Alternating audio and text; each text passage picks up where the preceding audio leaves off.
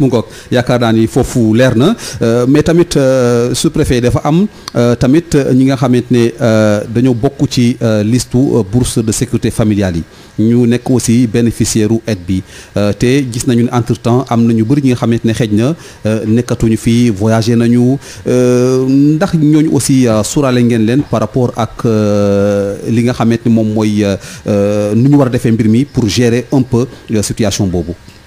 waaw bu ñu tollee ci distribution bi jàpp naa ne bu maanaam stock naree yéex a maanaam dem ci kaka moom xëj na ci ñooñu kese lay nekk parce que ña nga xamante ne bii ña ngi leen di tànnee ci quartier te ñi koy tànn nu mu tee ci fan yii di ñëw ñooñu bu ñu ko tànnee te ndimbal bi ñëw dans la même semaine wala dans la semaine suivante xam nañu kan ak kan lañ tànnoon parce que ña nga fa toxuwuñu defuñu dara.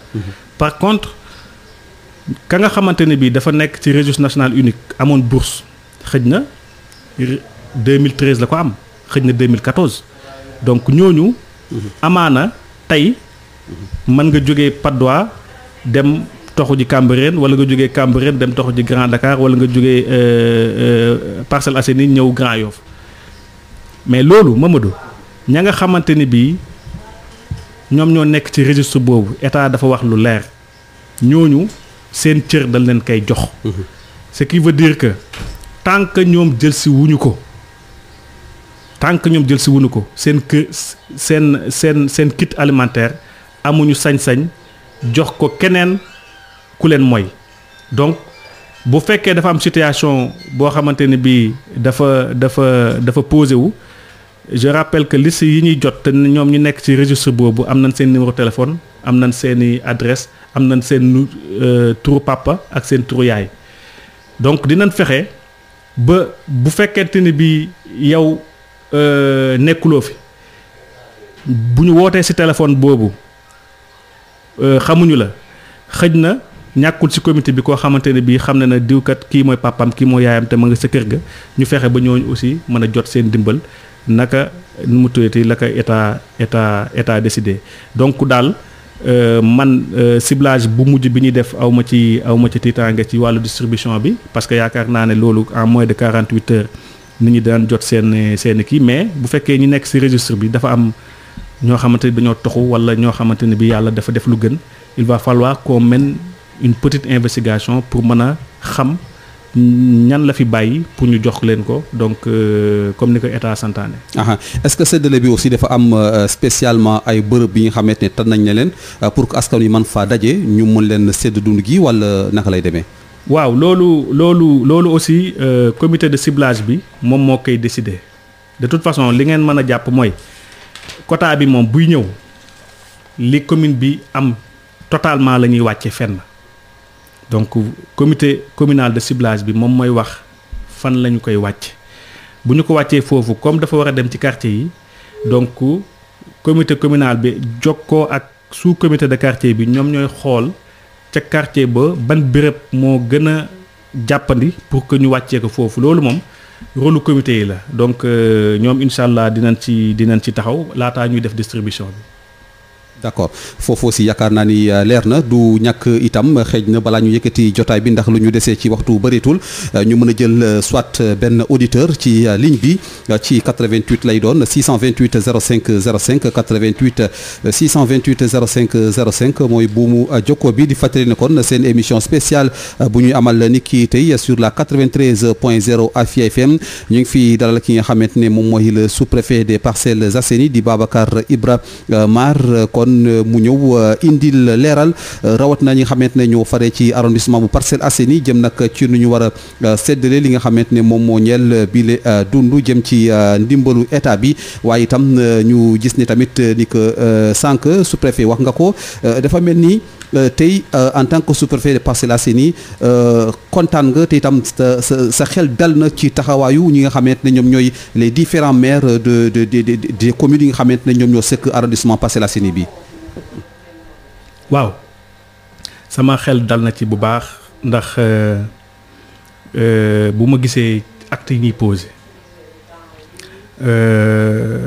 ñoom ñëpp nag ñoom ñëpp balaa mbir mi di toll fii ñoom ñëpp jël nañ seen disposition pour maanaam jëf ci seen wàllu mën-mën loo xamante ne bii jëmale ko ci wàllu sensibilisation wala jëmale ko ci ay appui boo amee seetlu bi ñuy doog a jot ci feebar bi dañu ne nañu fexe ba nit ñi di raxas seen loxo ñoom ñëpp fexe nañu ba maanaam ña nga xamante ne bii ña nga ci seen gox te xëj na mënaluñ seen bopp fexe nañu ba au moins ñoom ñu mën a am un dispositif de lavage des mains am na ñu ko ci def ci marché yi waaye dafa am leneen loo xamante ne man dama ko gën a rafetlu ndax loolu xëj na mi ngi jëm ci seen maire Madiop et je l'ai dit gis nga Mamadou. oui gis nga virus bi. oui comme xamul frontière. maanaam diggante France ak Sénégal moom yoonam ci frontière. d'accord donc pour mu jógee parcelle. oui jéggi pont émergence bi ñëw Grand Yoff du dara ci moom. d'accord léegi sous-préfet. jéggal ma rek de. ndax dafa mel ni sax monsieur le maire bu Grand Yoff. Pape Madiop Diop moo nekk ci buumu jokkoo bi. monsieur le maire asalaamaaleykum. Modou maaleykum salaam maa ngi lay nuyu. waaw ñu ngi lay fay bu baax a baax monsieur le maire. di la ziar bu baax. jërëjëf. di kontaan ci sunu invité boobu nga xam ne mooy sunu kilifa. oui. yàlla def mu ne kilifa ku mot kilifa. ànd ak ñun ba pare joxuñ sunu cër. donte que ne moo jox xam-xam fuuf mais da wàccee boppam ba tolloog ñun. mais lépp lu ñu soxla. ci ay xalaat buñ ko laajee mu wax ñu. lépp lu ñuy def loo xam ne yaakaar ne lii buñ ko defee du baax ci askan yi ñu jiite dinañu alerter wax ak ñun pour ñu teel ko bàyyi. système bi nga nekk nii mi affaire ceeb bi. oui. démb rek la ñëw Grand Yoff démb. te dem na jeudi Cambérène dem Patte d'Oie. dem àjjuma sa Parcelles ñëw Grand Yoff. oui ci ngoon gi. ñu installé production bi. pour ku nekk mën a jot li nga war jot mu tegu ci yoon. donc kilifa goo xam ne jël na temps yëpp jox ko askan bi. su ngeen ko invité. mën ma jiite Grand Yoff. oui. xool nu may jàppalee ci Grand Yoff pour lépp luñ suma mu mën a yegg. baax na ma dugg ma seede loolu. dëgg la. préfet ñu ngi lay nuyu bu baax. maa ngi lay fay bu baax. waaw ñu ngi lay gërëm di la sant di la encouragé bu baax. jërëjëf. en tout cas daañu jàppante du ñu mën ak yow pour liggéey suñu gox yi. pour njëriñu askan bi Grand Yoff yëpp incha allah. je sant nañ lu baax démb laa dem benn rajo ñu ne. oui daa am préfet bu ñu arrêté pour interdire rassemblement yi. oui. may la ñu suñ sous-préfet bi ñuy wax loolu. kenn jëlgul arrêté pour loolu. dëgg la. te tey boo demee Patte d'Oie gis na kenn nekkatu fa. parce que xaarul ba corona dugg bi arrondissement bi muy doog a yëgle. oui. bi muy créé commission bi de lutte pour affaire Covid 19 bi. tous les maires d'arrondissement nekk si les 2 commissaires police nekk si ak le médecin chef district nord nekk si. oui.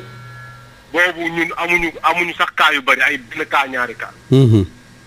mais def na tout ba commission boobu taxaw chaque 2 semaines ñu daje ñu réunion pour xool nu ñu avancer leen kii donc préfet ñu ngi lay encouragé bu baax. li ngeen def leer na am na transparence ñu def kay mooy ñun ñu ngi ko jox. oui. ak yeneen quartier yi ak population bi ñu ko war a jiite. ñu fexe ba li ngeen teg ci ay règles ñu respecté ko. xam lu ma mën dinaa ko def ba Grand Yoff li ngeen wax yëpp ñu sàmm ak. dëgg la jërëjëf monsieur le maire jërëjëf jërëjëf ñu koy jaajëfal bu baax a baax mu ngoog muy monsieur le maire bu Grand Yoff Pape Madiop Diop dafa mel ni sax sous-préfet fi nga newoon daanaka ci moom nga newoon. sànq waaw gis nga de li yàlla di def. donc boobu maa ngi ci moom far moom mu woote. moom ñu ngi rafetlu wax dëgg fa yàlla taxawaayam ci mbir mi. donc wane na engagement bu mat sëkk. donc je disais tout à l'heure que xam nga virus bi xamut frontière. maanaam jógee France ñëw Sénégal du dara ci moom. jógee Gambie ñëw Sénégal wala jógee Guinée ñëw Sénégal du dara ci moom ku mën loolu nag jógee Patte d'Oie gi jàll ci pont bi ñëw Grand Yoff maanaam du dara ci moom ça veut dire que le virus ne connaît pas les frontières. te dafa am benn aspect bu am solo boo xamante ne bii moom maire bii génn léegi dafa ci am lu mu ci jëf ma koy rafetlu maanaam fi ñu toll nii Sénégal de mën na tëj ay frontières am diggante yeneen pays mais amul benn collectivité territoriale muy commune bu am sañ-sañ tëj say frontières diggante ak beneen commune bu limitrophe. Ça veut dire quoi? Ça veut dire que virus bi moom kenn mënu ko empêcher de circuler. Et comme yàlla dafa bind te yemalewul. am na ci ay communes yoo xamante ni bii yàlla dafa leen dénk doole. am na ay communes yoo xamante ni bii seen doole àggul foofu waaye moom mu jëf si lu may rafetlu parce que loolu la ñuy wax solidarité intercommunale maanaam def li ngay def ci sa commune ba pare xool commune yoo xamante ni bii xëj na mën nga faa dugal sa loxo nga def ko te moom def na ko. maanaam ginnaaw bi mu jëfee li muy jëf fii ci wàllu prévention ba pare yëkkati na ay produits may commune Patte d'Oie boo xamante ni bii comité nu mu tuddati secrétaire exécutif bu comité de développement sanitaire moo ko réceptionné au nom du maire mais yemul foofu jël na appui aussi. gis nga loolu noonu bu ñu ko suñu commune yi am doole yépp defaloon commune yi néew doole. maanaam ku nekk da nga am say matukaay yu mat pour mën a faire face donc c'est un exemple boo xamante ne bii war nañu ko mën a wasaare fu ne donc wax dëgg fa yàlla moom maa ngi koy rafetlu ci taxawaayam et puis donc bettu ma parce que c'est un homme engagé et c'est un homme qui n'est pas dans la demi-mesure maanaam du def ay mbir à moitié bu lay xeex da lay xeex totalement buy ànd ak yow day ànd ak yow totalement te wax dëgg yàlla gis nañu cette dimension de l'homme donc dans la lutte contre cette pandémie di ko féliciter bu baax di ko encourager mu bañ a bàyyi loxoom et puis mbiru dund bi boo gisee sax démb moom dafa jël adjointe au maire Edwige na ko yaa ma koy jiital donc comité yi yaa ma koy sàmmal xam nga loolu moom bu la ko defee yow déjà da ngay am responsabilité parce que yow mi mu délégué jàppal ne moom da lay contrôler alors comme man aussi dem ni mu koy contrôler moom aussi noonu lay contrôler sous comité yi donc di ñaan yàlla ñu mën koo liggéey te mu bañ a am benn jam-jam.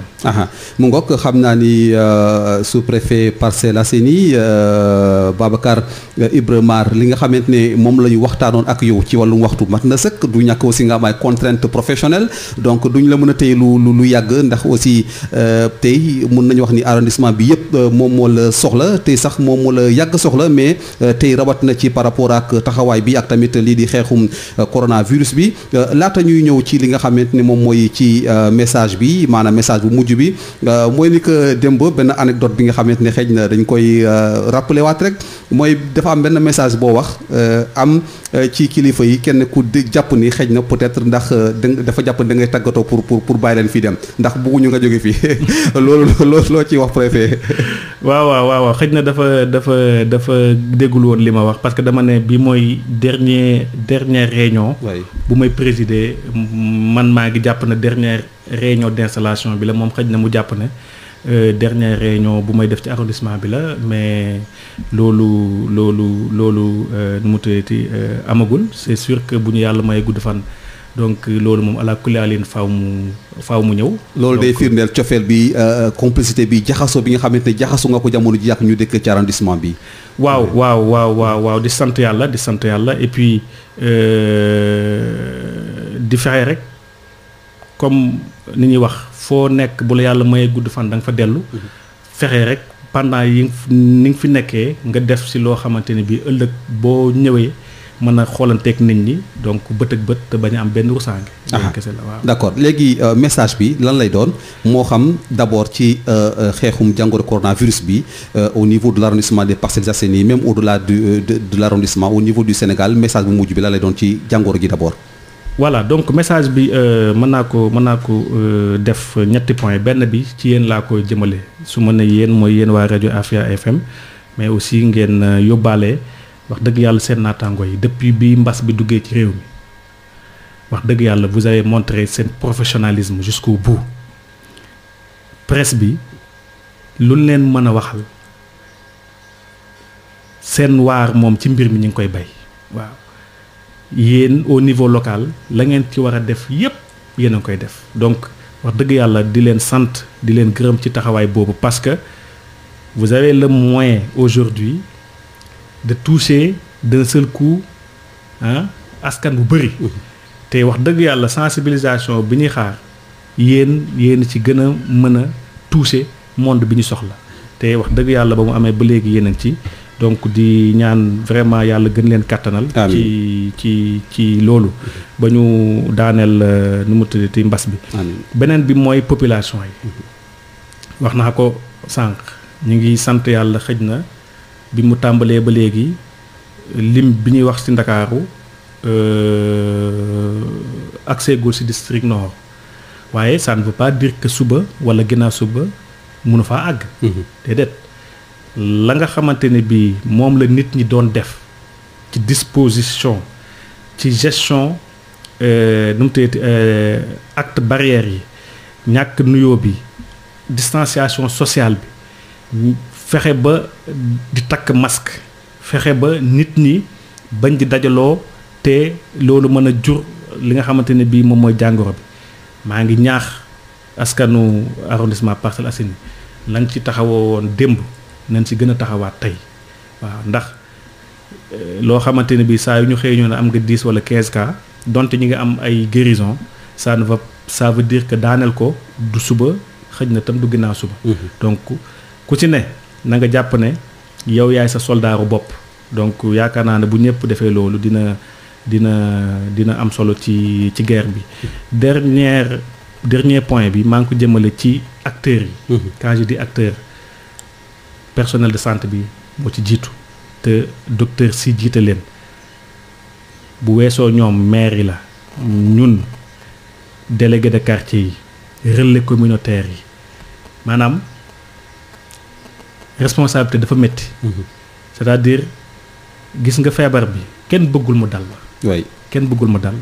mais bu la yàlla doxee ndomba tànk amoo droit di ko daw déedéet di ko daw mooy taxawaay ba nga ca waroon a taxaw nga ne duma ko taxaw wala fu la woowee réunion nga ne non réunion yi wóorul te ma jëlee ko fa nangam ak nangam loolu na ko ñeneen def. mais ñun responsable yi ñun on a l'obligation de faire face. et mu teeti de nous exposer même parfois parce que mënuñoo toog duñu réunion mënuñoo toog personnel médical bi du dem defi ay tests loolu moom ala kulli alin faaw ñu def ko donc alhamdulilahi rabbil alamin ba nga xamante ne bi fii gisuma fi acteur boo xamante ne bi tey yaa ngi fiñole mooy maanaam nga war a am taxawaay nga ne non du ma ko def parce que mën naa see jëlee virus bi déedéet que ça soit du côté médical que ça soit du côté administratif tous ont un engagement sans faille et maa ngi leen exhorter ñu continuer ci engagement boobu parce que loolu rek mooy suñu taxawaay ci mbir mi. voilà mu ngoog léegi nag xëy na peut-être message bu mujj bi ak tamit tàggatoo gi boobu day jëm rek ci li nga xamante ne moom mooy par rapport ak séddaleem dund gi jëm ci leeral yi nga xamante ne indi nga ko ci lan nga ci mujj dénk askan wi nga jaarale fa aussi tàggatoo waale. waaw li ma leen dénk rek mooy ci ñi nga xamante ne bii ñoom la ñu tànn ñu nekk ci kuréel yi dénkaane bi boobu benn rek lay doon pour ñëpp nag mooy nañu jubal c'est-à-dire ci kaw jubal bi bu ñu ci nit meree sax nañu mere amuñu ci problème amuñu ci difficulté mais bu ñu fexe mukk ba def loo xamante ne bii nit ku ko dégg walla ku ko gis jàpp ne yow kat yaa ngi jalgati donc jubal bi moom na doon loo xamante ne bii mooy le maître mot beneen bi mooy askan bi nañu bu ñu fàtte mukk ne ci épidémie la nekk maanaam tey bu ñu tànnee ña nga xamante ne bii ñoom ñoo war a am ci ndimbal li bu ñu fàtte mukk les gestes barrières yi nga xamante ne bii war nañ koo mën a maanaam adopté c'est-à-dire joxe ndimbal tekkiwul nga ñëw def rassemblement te fekk rassemblement dañ koo tere même bu fekkee ay nit yu bëri ñoo ko war a maanaam ñoo war a dajale pour jël ko nañu bàyyi xel ne ci kaw dajale boobu am na des règles de conduite yoo xamante ne bi il faut ñu adopté ko nañu bàyyi 1 mètre nañu sol suñu masque li nga xamante ne bi mooy lavage dispositif de lavage des mains yi ak produits hydroalcooliques yi bu ñu ko fàttee donc nañu jël suñu matukaay daal ba fexe de telle sorte que la ñuy joxe ci ndimbal bañ a jur maanaam lor maanaam li ñuy wax jàngoro gu jur loraange dañu fexe ba moytu ko donc di jeexal vraiment Mamadou di leen santaat ci occasion bi ngeen ma may. jërëjëf donc pour ma waxtaan ak askan wi wax dëgg yàlla donc lu am solo la. donc te am naa yaakaar ne ñi nga xamante ne bi ñoo ñuy déglu te doon dégg mbir mi rek. seen taxawaay tey tax na ba ñu am ci leeraay boo xamante ne bi xëj na amuñu ko woon démb wala barki démb. donc di leen sant bu baax di leen gërëm. jërëjëf ñu lay sant bu baax itam monsieur le sous-préfet des Parcelles Assainies di Babacar Ibra Mar kon moom la ñu doon àndal ni ki tey ci seen biir émission spéciale bi nga xamante ne dañ leen ko jagleel ci wàllum xeexum mbas mi ci arrondissement Parcelles Assainies rawatina waaye itam ci lépp lu jëm ci leeral ci ndimbal li nga xamante ne état bi moo ko fas yéene jagleel askan wi jëm ci jàppale leen ci li nga xamante ne mbas mi moo ko jural jëm nag ci wàllum ñàkkum xëy mi ak itamit yeneen yi nga xamante ne te gis nañu ne lépp la mbas mi daal di gàllankooral kon ngeen àndoon ci présentation bi ak Mamadou Fall mbokk yi mbégte la woon kon dig daje incha allah ci beneen jamono ak beneen jotaay jëm ci ba tey xeexum lii di mbas mi sur la 93.0 Afia FM jàmm ak jàmm. man nga ma ko woon ay fa la ko tegoon feebar baa ci réew mi ko nan ko jàppe noonu gën a seet sell. rajo Afia FM 93.0 dina dalal sous-préfet bu Parcelles Assainies di Babacar Mar ñu fas yéene waxtaanee mbas mi di Covid 19 dogal yi nga xam ne jël nañ ko ci ngir kaaraange askan bi waaye ndimbal yi nga xam ne autorité jox nañ ko askan wi ngir seen wàllu dund anam yañ koy séddale ak askan wi nga xam ne ñoo ko yelloo ngeen mën a woote ci 88 628 05 05 ngeen fas yéene ànd ak Mamadou Fall ci biir waxtaan wi askan wi it mën cee bokk ci 88 628 05 05 88 628 05 05 mën ngeen it yónnee seen laaj ci biir waxtaan wi Afia FM Afia askan wi ànd xeex jëlee fi mbas mi. kaay gën a bëri fii bu nekk leen bi yokk xawma lii lan la nii nañ wàññi kenn bi di raxas loxo yi ñu yoo